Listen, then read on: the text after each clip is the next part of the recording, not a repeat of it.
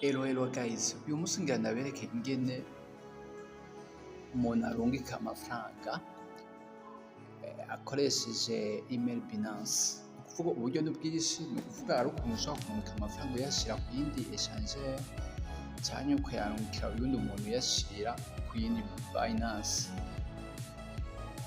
cyangwa ukayarungika uyashyira ku ka platform kanaka. Tutatevye rero uburyo gusa ngomba ndabereke ni uburyo bw'ukuntu ushobora kuyarungikira ubundi umuntu aja kuri Binance, ku yindi Binance. Turinjira rero muri Binance tugendane step by step. Binance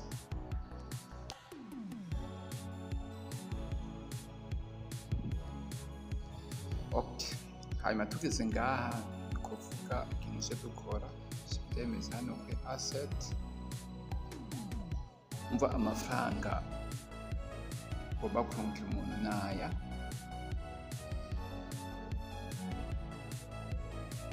murabona yuko hari $3 n'ibice, ariko handunka $3 n'igice, $3 n'ibice bitanu.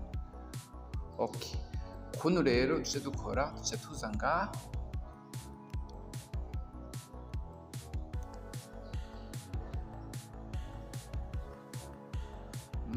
turaza ngaha kuri asset tugendane step by step, hama tuje dusonda hano kuri send, ndiyo za twese twabona. Hanyuma tugeze ngaha kamani nabisigure ngaha bamwe abatarashobora kurungika amafaranga. Urabona ngaha tugeze ngaha batubwira ngo send to Binance users. Umva aha batubwira ati rungika kuri Binance, ni ukuvuga gusanzwe bakoresha Binance nyene. Hanyuma kuri kabiri naho ni ukuvuga aha ugomba kurungika amafaranga on chain withdraw. Ndiyo bazatwisura aha hamwe ugomba kuyarungika ku yindi échangeur kanaka cyane ku maziya za Trust Wallet, ni ukuvuga yaba izi decentralize cyane izi decentralize. Ndibaza aha twabitahuye. Hanyuma hano naho kuri P2P trading, aha ni hamwe ugomba kugurisha amafaranga usanzwe ufise kuri hano kuri Binance, ariko aha nzobigaruka ko mu nyuma. Ni ukuvuga kuri P2P trading, ni ukuvuga amafaranga usanzwe uyafise kuri Binance ugomba kuyagurisha kugira nawe akugereho direct kuri in cash, ariko ibi nzobigaruka ko mu nyuma. Gusa reka nabereke kino kintu iki ca mbere, ukuntu ushobora kuyarungikira uwundi muntu Binance kuri Binance. Tuje twemeza hano rero.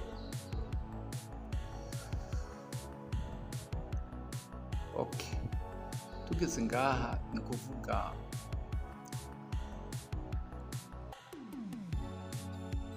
ababo bo mubona nabo dusanzwe duhanahana amafaranga, ni ukuvuga bahora bayangurira nyamara barungika ama USDT n'umugihe basanzwe nazikeneye aba muri abo bamwe nibo cacako. Ni ukuvuga rero, ni ukuvuga azoba yakunkiye email Binance, ni ukuvuga iyo yuguruje kuri Binance. Ni ukuvuga rero wikopye uzosuza ngaha, uzozwishyira hano, ndibaza turahabona ucafsonde wishyiremo. Urabona aha ndahejeje kuyishyiramo. Hanyuma ikintu nca nkora ni ukuvuga nza ngaha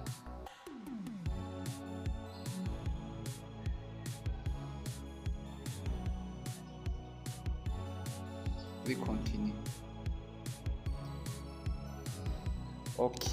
Hanyuma tugeze ngaha rero nca nandika amafaranga ngomba kurungika $3 n'igice. Hanyuma nca twemeza ngaha kuri continue.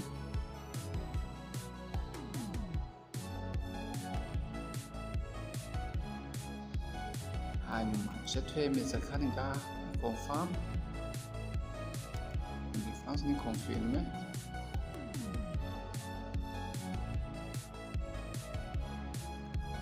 Ok, tugeze ngaha rero tuje twemeza hano kubera ariko twabanza kurungika kuri hajya kuri Google contacte, kuri Google contacte no kuri email.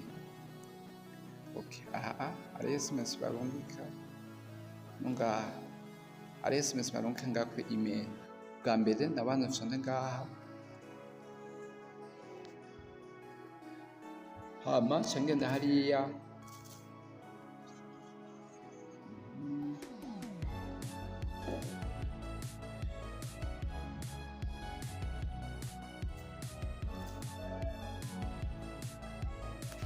nayishiremo. Ok, hasigaye naho aha kuri email, naho email ari code barungika, aca ngenda rero muri email turabe code barungika.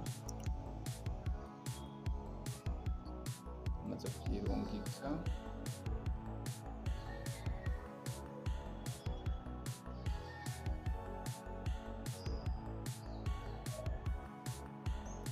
ok, tukopie ino code hanyuma tuyicana aha.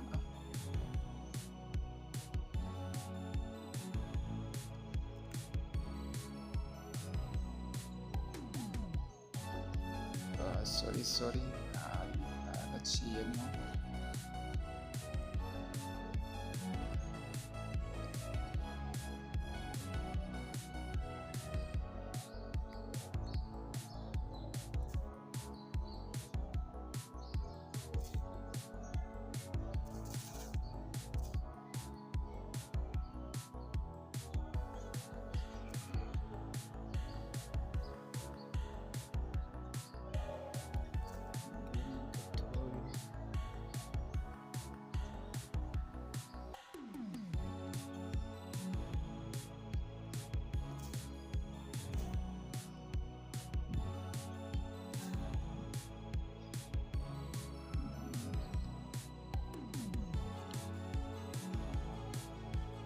Agaciyemo sorry nguyu izina, twongere dusubiremo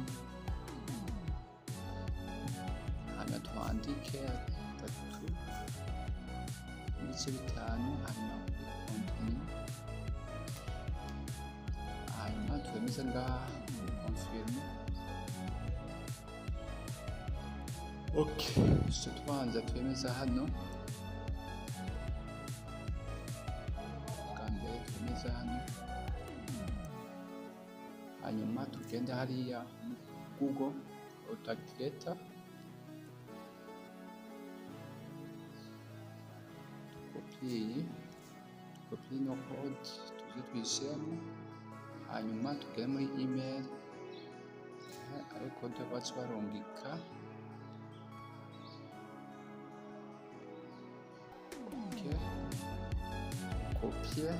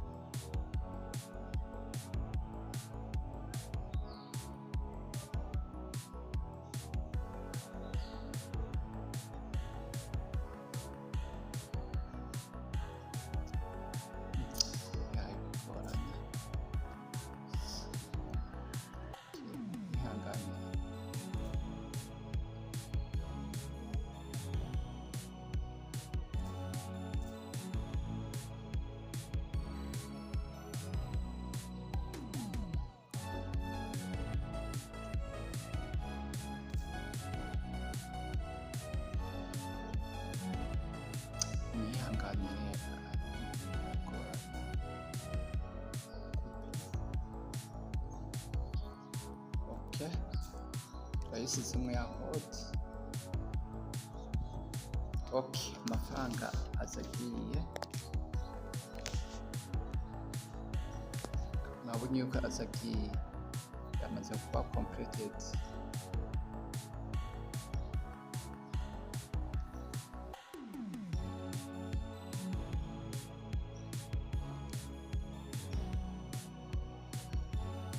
Okay, amafaranga ahaza agiye. Okay, nubwo rero uburyo rero ashobora kubika amafaranga ku muntu aba asanzwe akoresha Binance. Kuvuga aha nagombye kubereka ingene bayabika amafaranga kuri Binance. Okay, hanyuma rero ino video ukaba wayikunze ya like, hama ukaba utaragira na subscribe cyangwa abone, ura subscribe. Sawa rero turi kumwe mu zindi video.